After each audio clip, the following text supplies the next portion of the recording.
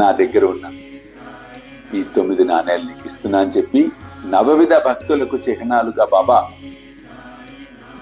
ఆ తల్లికి దానం చేయటం అని చెప్పి. ఎందుకంటే ఆ తల్లి కూడా ఎంతో ఎనలేని సేవ చేసిందని, వాళ్ళ చాలా గొప్ప సేవ చేసింది,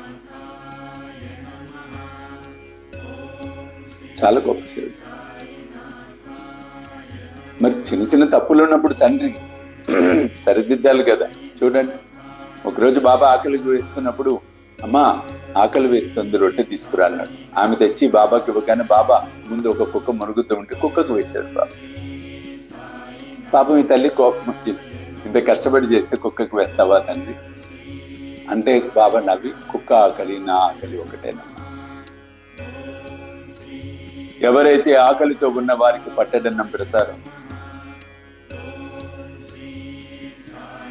అది నాకే చెందుతుంది అన్నాడు బాబా.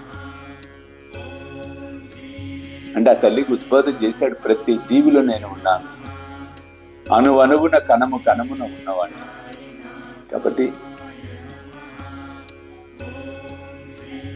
ఎవరికైనా, పశుపక్ష్యాదులకైనా, జీవ జంతువులకైనా, మనుషులకైనా, ఎవరికైనా కూసింత మన చేతుల మీద అందించటం, ఈ మానవ దేహాన్ని భగవంతుడు మనకి ఇచ్చినందుకు ఉపయోగించుకోవటం. చూడండి, సక్రమమైన మార్గంలో ఉపయోగించుకోవాలి, అప్పుడు ఆయన సంతోషపడతాడు.